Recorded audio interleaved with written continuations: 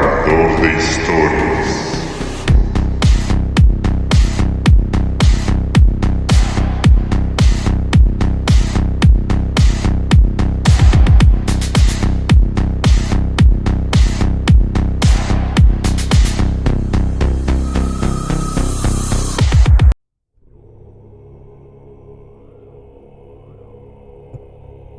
Buenas noches, queridos narraescuchas. Hay sitios donde el tiempo se detuvo, donde la noche pesa más que la oscuridad y donde lo que camina ya no es del todo humano. Bienvenidos a este primer episodio de Espectros Obscuros del Nuevo Continente. Hoy no hablaremos de fantasmas cualquiera, sino de los lugares que ellos jamás abandonaron. Hospitales donde aún se oyen gritos, casas cerradas por siglos, caminos donde la muerte sigue cobrando peaje. A lo largo del continente, desde los valles bolivianos hasta las costas de Centroamérica, existen sitios marcados por tragedias, rituales y silencios que gritan por las noches.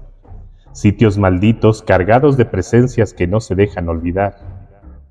En este episodio recordaremos 5 de estos lugares, todos reales, todos documentados y todos con algo en común. Nadie ha podido negar lo que ahí ocurre. Así que si vas a seguir escuchando, ten cuidado con lo que se queda pegado a tu espalda. Prepárate porque estamos a punto de abrir las puertas a los lugares más malditos del nuevo continente. El Hospital del Tórax. El Hospital del Tórax, ubicado en Cochabamba, Bolivia. En los periodos de auge de sucesos paranormales que fueron entre los años 70 y 80 cuando estuvo en funcionamiento y abandono en los años 90 a 2000. En las alturas del corazón de Bolivia, entre los valles de Cochabamba, se alza una estructura olvidada por el tiempo, construida para curar cuerpos, pero destinada a enfermar almas. El Hospital del Tórax fue en su origen un sanatorio para pacientes con tuberculosis y más tarde un hospital psiquiátrico. Pero en sus pasillos, lo que empezó como tratamiento pronto se convirtió en condena. Durante los años 70 y 80, los registros informales comenzaron a llenarse de anotaciones extrañas. Pacientes que aseguraban escuchar voces debajo de las camas. Personal médico que renunciaba tras ver figuras en los espejos y una oleada de suicidios inexplicables que nunca fue reportada con claridad. Dicen que por las noches los internos despertaban todos al mismo tiempo, gritando el mismo nombre, pero nadie sabía de quién hablaba. El hospital cerró en los años 90, pero algo quedó dentro. Hay quienes se atreven a acercarse, juran escuchar los gritos de quienes nunca salieron. Y aseguran de que si uno se queda lo suficiente, puede ver una figura sentada aún en la sala de shock, susurrando algo una y otra vez.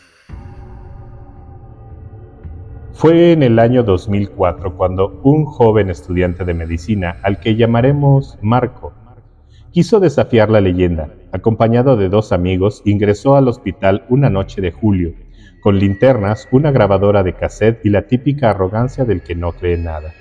El edificio estaba frío, muerto, pero algo se movía. A las 2:17 de la madrugada, al pasar por el pasillo que daba al antiguo pabellón psiquiátrico, Marco escuchó que alguien lo llamaba por su nombre. No una ni 2 veces, sino con la voz exacta de su madre. Marco, ven. Él se detuvo y la linterna parpadeó. Uno de sus amigos dijo que era el viento, el otro ya no estaba. Lo buscaron, lo llamaron, gritaron su nombre, nada. Horas después, ya de día, lo encontraron sentado en la sala de shock, cubierto de polvo, con los ojos abiertos pero sin hablar, solo murmuraba una frase una y otra vez. Yo no quería quedarme, yo no quería quedarme, yo no quería quedarme.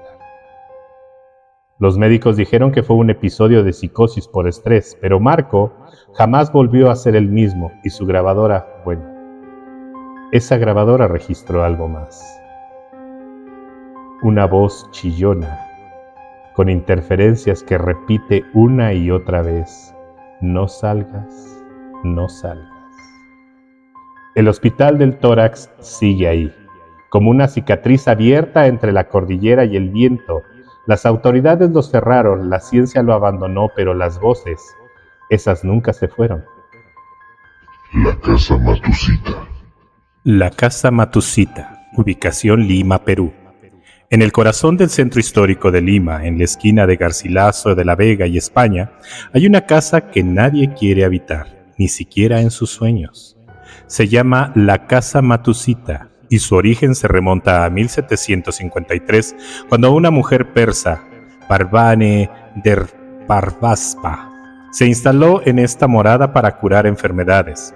Fue acusada de brujería por la Inquisición y ejecutada en 1754. Antes de morir dice que lanzó una maldición contra el inmueble. Desde entonces, la casa acumuló tragedias y violencia inexplicable, asesinatos terribles en el siglo XIX y sucesos psicológicamente devastadores en el siglo XX. Hoy, incluso con su segundo piso demolido, en 2016, su reputación sigue intacta, como si el mal se hubiera incrustado en los cimientos. Corrían los años 70. Humberto Vilches Vera, conductor de televisión de Argentina, apostó en vivo que resistiría 7 noches en la casa de Matusita. Media ciudad lo miraba por cámara.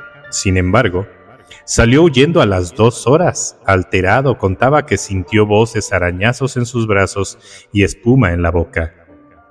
Después desapareció, internado por 1 año en un hospital psiquiátrico. En su libro El cazador de fantasmas, él mismo negó la historia atribuyéndola a un truco de televisión, pero ¿por qué nadie se ofreció a repetir la hazaña después? En otra ocasión, un sacerdote quiso entrar para exorcizar la casa. Al subir al segundo piso escuchó lamentos, luego susurros en latín y sintió algo que lo escupió. Salió corriendo, murió poco después de un paro cardiorrespiratorio. ¿Protegían la casa un poder ancestral? ¿O acaso el miedo estaba en quienes se atrevieron a entrar? La Casa Matusita hoy queda en ruinas. El segundo piso fue demolido en 2016 y una ferretería ocupó su planta baja hasta que alguien lo saque. Pero su renombre sigue intacto. Un lugar maldito que trasciende edificios y épocas. Dime, ¿te atreverías a pasar ahí 7 noches? ¿Escucharías los rezos, los gritos, los pasos muertos? Porque en Lima, aunque el cuerpo se vaya, la casa nunca olvida. El Hotel del Salto. El Hotel del Salto, Tequendama, Colombia. Frente al abismo del río Bogotá, donde el agua cae con furia sobre rocas milenarias, se alza una silueta silenciosa que parece más una pintura triste que un lugar real. Un edificio de estilo europeo, construido sobre la cornisa de la muerte, un lugar donde la belleza y la tragedia bailan juntas. Este es el Hotel del Salto, una joya arquitectónica que alguna vez acogió a viajeros adinerados y que con el paso del tiempo se convirtió en uno de los escenarios más escalofriantes de Colombia. Dicen que aquí han muerto cientos, no por guerra, no por accidente, sino por decisión propia. El Salto de Tequendama fue durante décadas un destino trágico para quienes buscaban terminar con su vida. Saltaban desde el borde del acantilado justo frente al hotel, como si la caída fuese la única salida. Algunos dejaron cartas, otros ni siquiera un nombre, y aunque el hotel cerró sus puertas en los años 90, lo que ocurrió ahí no se fue con sus huéspedes.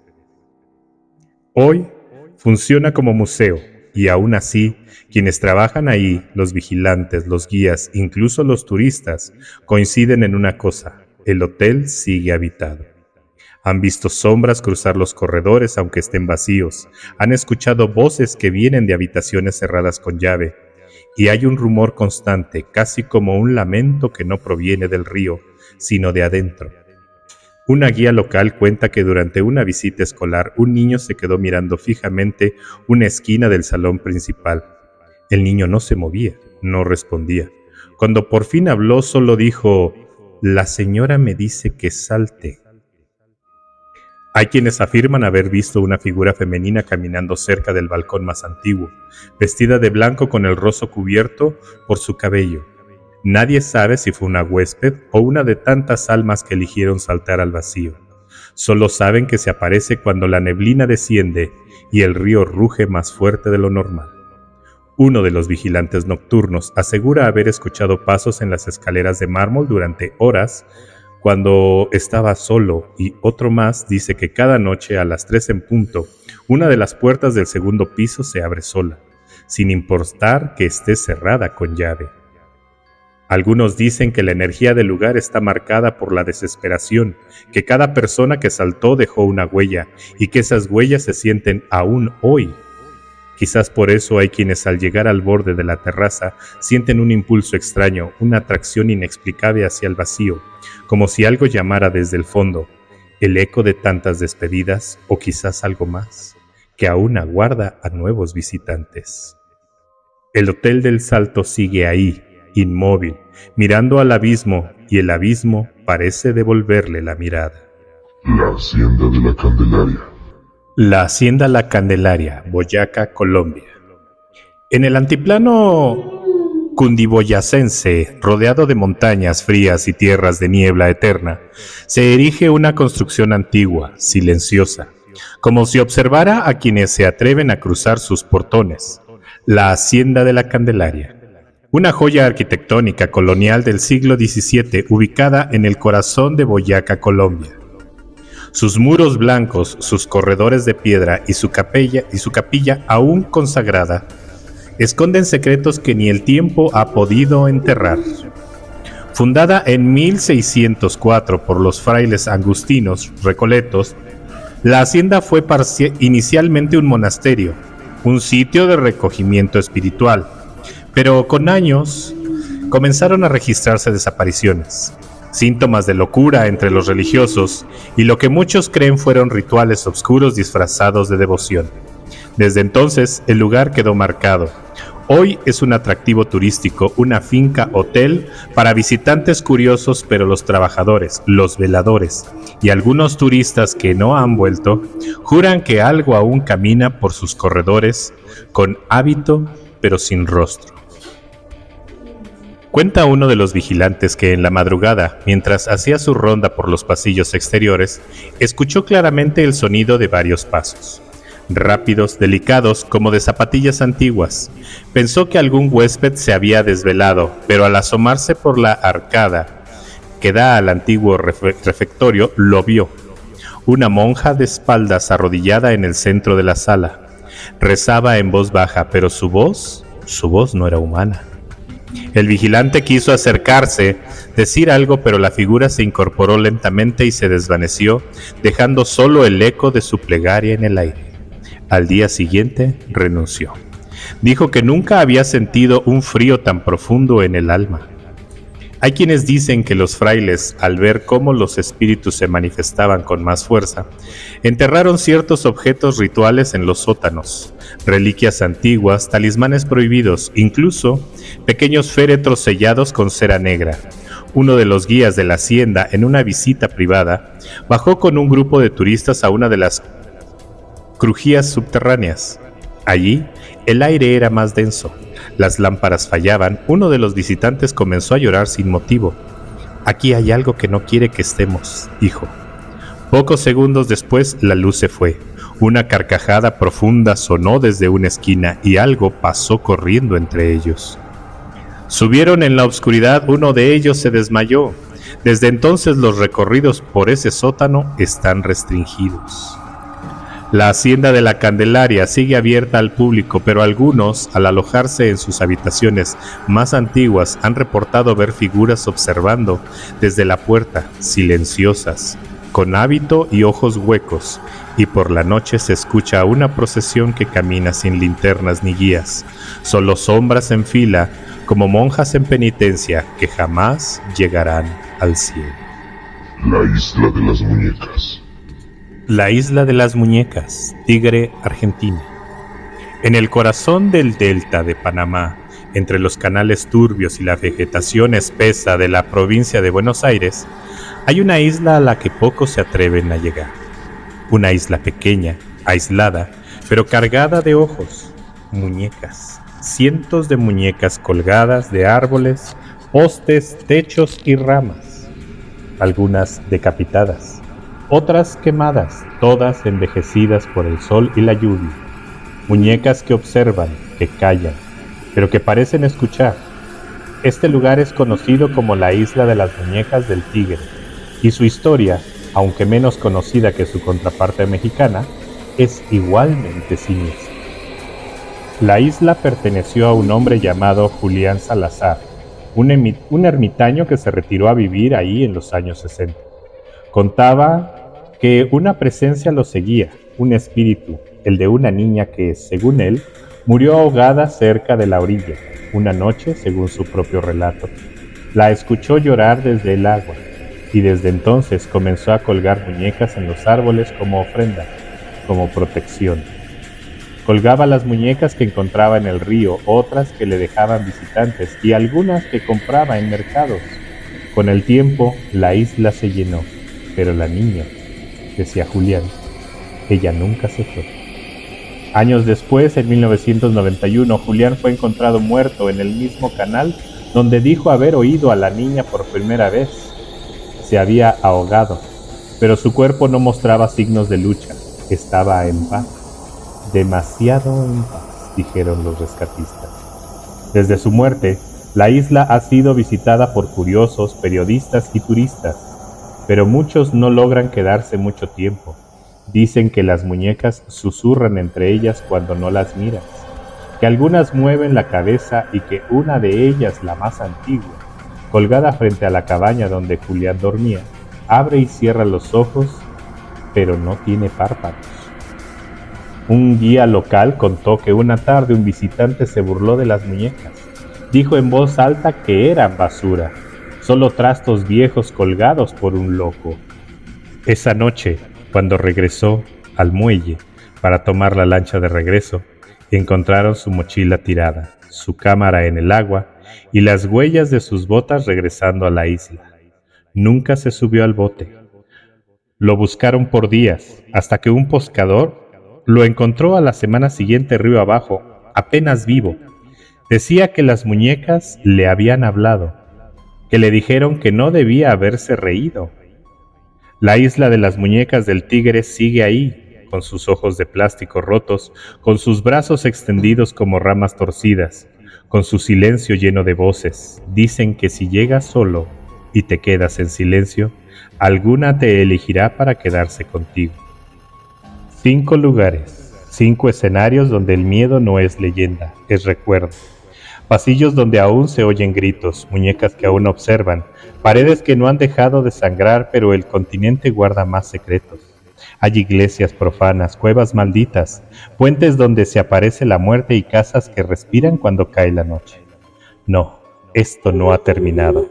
Estas fueron solo algunas de las cicatrices más profundas de nuestra tierra. Historias aún esperan, ocultas entre ruinas.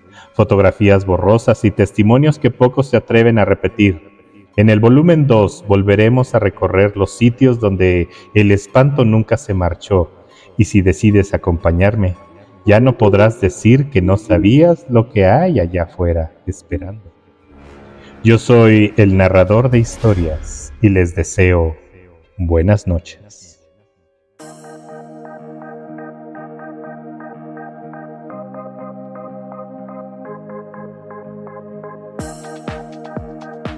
Espero que hayas disfrutado esta historia tanto como yo al contártela.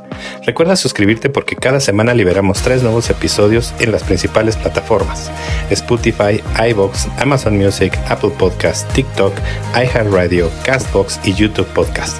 Solo búscanos como el narrador de historias con la imagen inconfundible de nuestro narrador encapuchado. Y si tienes un relato, una experiencia o una leyenda que quieras compartir, envíala a nuestros correos paranormalyovnis@gmail.com o paranormalyovnis@hotmail.com. Queremos darle voz a tu historia y que muchos más puedan escucharla.